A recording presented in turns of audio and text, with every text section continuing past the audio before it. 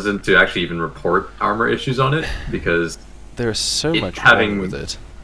needlessly high levels of squishiness is a kind of Good. healthy for the game. Does he know about the belt? Yes, I'm pretty sure he can scroll up in the naval channel and It's look inverted, yeah. and literally just look at the I'm- damage model. Yeah, it's also the higher value armor on the belt also incorrect. It's supposed to be 299 mils, not 305. So there's a few issues with it. Is it? I thought it was just supposed to be 12 inches. Maybe from what I 'Cause- saw the diagrams, it said 299 mils of Okay. Vickers cemented. So Because and that's everything just listed as 12, so they just went with 305 equals 12 inches. I believe it's British 12s in this case. Well, 305 is still 12 inches Interesting. Wait, to three did significant they not have figures. different? Did they not have different values, the British inch versus the American inch at the time? Or am I thinking of something else? The- I'm pretty the sure on- they had different lengths. In World As War I. far as I'm aware... Oh, actually, there is that thing. The Admiralty inch is different to the actual inch. Ah, that might be it. I know that. My ship has I'll have what to take a coming look out the at the back of the diagram again. turrets?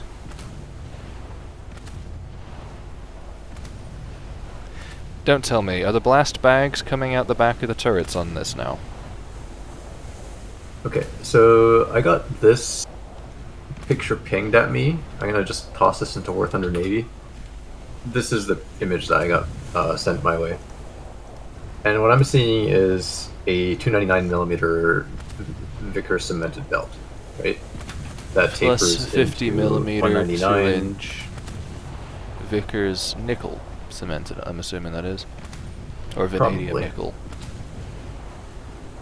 By either case, it's a. I mean, it's not the worst belt, but then again, the internal bulkheads are in itself an entire mess of a problem, and like, this ship should not have been added because if Wait a they ever minute. fixed it, That diagram is also saying that the belt on this is a 12-inch belt with an 8-inch belt on top of it, with then a 6-inch belt on top of that.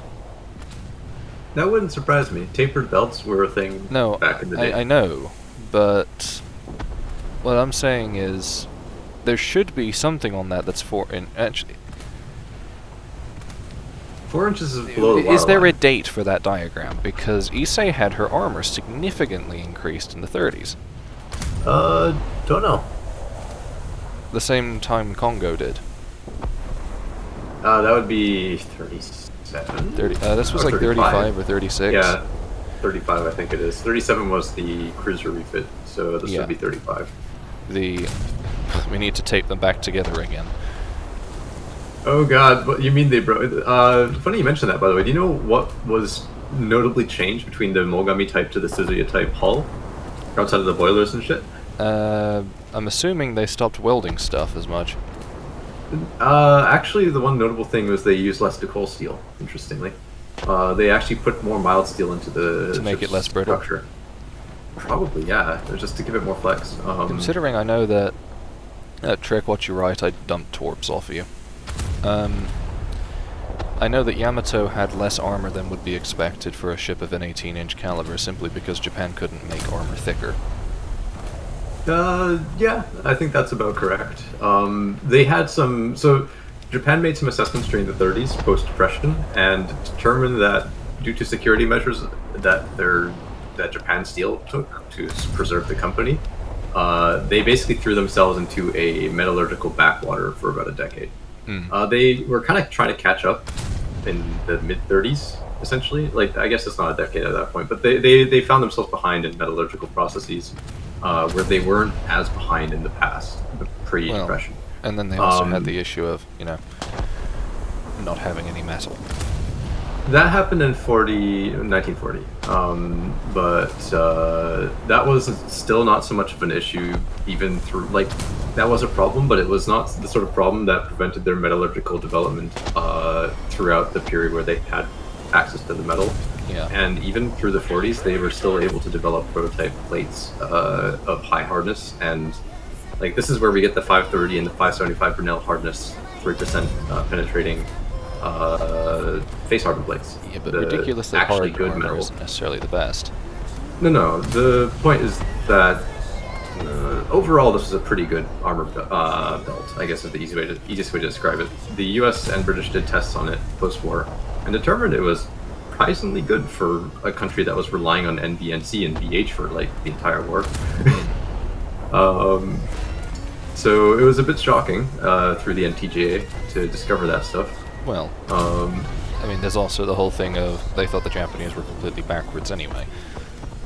True, So but them this having- required so for the 250 mil or 200 mil plate, it took the 630 Brinell hardness experimental projectile, 8-inch experimental projectile at the time, to punch through it. Yeah. So that was the most modern, like 1945-46 ammunition type that the Ow. United States had access to. What? Which means that it was definitely not a bad armor type. Yeah. But yeah, it should Seriously. be noted that like You know, you said the Yamato tracers were was missing. constructed. Yes, I keep getting hit by invisible shells. that might contribute. There's a whole bunch of projectiles right now. I don't know the full extent of them. All I know is I tested a few things, and not all guns, even on the same vehicle, will have tracers missing. So one example would be the 251 that they just added. The central and right guns have tracers. The left one does not. Weird. Yeah. And the new A7 doesn't have tracers on its guns either, Yeah. and it just seems to be some sort of like, it doesn't seem to be a weapon-specific issue if I am not mistaken. My poor little Yagumo is getting hit by invisible shells. That is something I will have It's to look something in into. the 4050 bracket. If you go press M and you take a look at the battle tab, you may, if you ever got set on fire, it might tell you. No, I didn't get set on fire. That's the thing. Ah. I've just lost my port side. Never mind, a porter just set me on fire, but I could see that massive tracer coming straight at me repeatedly, very quickly from the right. Okay, so we know it's not the porters, or at least not that It's not particular Porter Sap. porters. Yeah, a sap. Oh wow, interesting. That guy's. Well, it's- sapping of an IJNDD. That's an interesting choice of. He's probably just doing the, this has more pen. Oh no. Yeah, that does happen. And on It's the not other like hand, you can't. it's No. definitely killing me. Yeah, it's not like it's not gonna work, but like he'd have knocked you out in like half the number of salvos, if not less. Again, I popped 4 salvos from Akatsuki into the Fletcher on the test drive. And I mean, it yeah, exploded. it's. You know? I'm a bit skeptical about test drives because the crew counts are minimal, and there's a few other factors that really limit the amount of time to kill effectiveness. Which is sort of why I've like moved into user missions and moved into whatchamacallit, the Deliberate live specific tests. Yeah, but live, basically isolating testing to determine like how much damage does it do to this component or this component. If I strike a turret, will I knock out 20, 30%? How many times will I have to figure out to get the average? And, Well, like, I there will are say- factors that we know, so we know where, like, we know why to test what because The of first- data mines, right? The first 3 salvos halved the crew count each salvo. Interesting. So it went to 50 some odd percent, 25%, 10 to 15%, and then died. That is- I mean, if I go by my own Akizuki test, then that's actually not out of character for the test drive. It just doesn't feel like that when you go into a battle. Yeah, I mean, I don't know. I've been having reasonable success in the Japanese destroyers because, bearing in mind, I didn't have a rank 2 Japanese destroyer until an hour ago. So we were playing 5-7. Well, 6-0. Trick was in his battleships. I was in Mikuma. And then backing that up with Ayanami and Mitsuki. Oh yes, Dreadnought is now fun, apparently. Does Dreadnoughts do Dreadnought turrets work? Do Dreadnought's they fire turrets now forward do what they're supposed to, yes. Okay, good. You I don't can. believe it's a 1 degree leeway. If it is, then that's actually even better. They went ahead of my expectations. Well, I don't know, because I didn't get that much detail out of Trick. The 1 degree is a bit weird. Okay, so that answers my question. Is it actually there? So they You do can have it. aim your turrets to the right and left of each other a little bit. Okay, that's good. There is Then a little they've- leeway. They have actually gone above my expectations then Yeah, and have they fully actually fixed accepted it. the report. Yeah. And if you're wondering how I was able to get the Mogami report through, it's because Mikuma has closer to realistic turret traverse limits. Mikuma and Suzuya have 150, and 145 for turret number 2. The only thing they're missing is 160 for turret number 4, which is like still very good. That's like correct, mostly correct. It's just one of them is 10 degrees off, which who cares, right? But Mogami still is 135, which is dumb. Yeah. Also, Trick says that you can't fire all 3 of the turrets forward at the same time. You kind of have to wiggle the aim around a bit. So it seems like that's what he means by it being off a bit. So it's like they might have implemented it, or they might not have implemented it properly. But you can still fire forward rather than having to wait for like 30 degrees off. Yeah. Wow. You'd have to test it yourself to see if that's right, because I'm not grinding half the British tech tree just to test that. That's fine. I mean, I'm probably going to anyways, because I really like Dido. Even with like the cruisers being shit this patch, I found myself really liking Dido, and Belfast has still been pretty good. I'll say cruisers aren't that bad this patch. Cruisers were terrible last patch, but because of the fact that they have made battleships dumb expensive, it has reduced the numbers. Yeah, I don't really like that method of balancing. I don't like it, but it does mean that cruisers are playable at the moment. It makes, how should I describe it? It brings out a good excuse for communism, TM. Because it puts a class divide in the players. Yeah. God, awful description. It is our battleship, comrade. It's more just like there's like it just creates classism where like the people who can afford to be battleships are just they'll enjoy it with no consequence, and the people who can't just don't because they're poor, because they didn't spend on the game. Like it's not a healthy way to play, or it's not a healthy way to monetize your game. We had a match earlier. Trick took Colossus out, Wyvern, and something else. I don't remember what it was, but the repair bill ended up costing London. The repair bill ended up costing him 52 grand. Right, it's going to be expensive, and that's the point. You're trading stats for like SL for stats. Yes, that's but basically what it is. A 52 grand repair bill at the end of the match, ignoring everything he did in that match.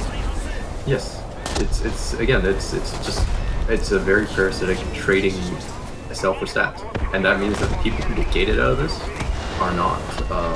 Well, I'm dead. The people who get gated out of this are basically the average player, for lack of a better term, because most people don't have mills upon mills stacked on their accounts.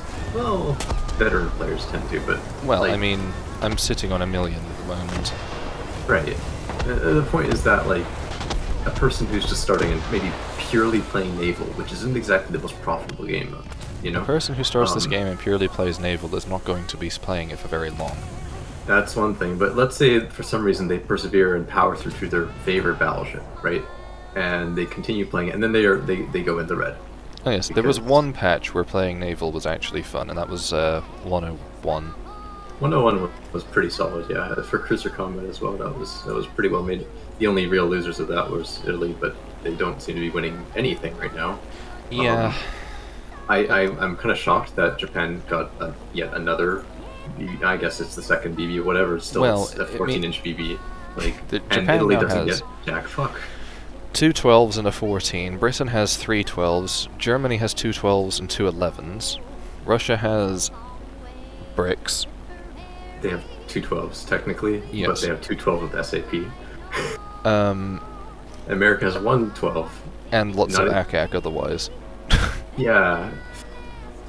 You'd think that if there was any candidate, it'd be either the US or, well, frankly, it's Italy. Like, Italy needs a BB, there's no debate. Italy needs Dante, yes, but the US, you could just toss in South Carolina, which is just literally worse than North Dakota, and it would still work.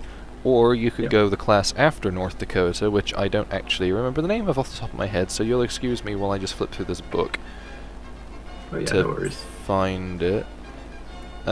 Wyoming would work. Ah, yeah, Wyoming. Or Florida, which is literally just another Delaware. That'd be interesting. At this point, though, they've pushed the bill to the point where we're now in... we're now in Warspite territory. Yeah, we've gotten to the point of no return, as it were. They had the option of just sticking with the 12-inch ships for a bit, until everybody got their first dreads. I still don't get why they decided to say throw a middle finger to Italy like this. It's such a. I'm just terrified about how France is going to be put in. Dunkirk's out the gate are still going to be DOA. Yeah, it's just at this point they're going to have to throw Richelieu out in the first patch. Right. Oh, Jesus Christ. And then have nothing to give France afterwards. Well, they could give Jean Bart, which would that's just another Richelieu. True, but it's. I hate that word because it's got too many vowels in it. Richelieu is. God, I learned French as a kid, so it's not unnatural to me. I did French at school. Doesn't mean I like trying to say it. I went about a decade or so. I went to an immersion, so they. Fair.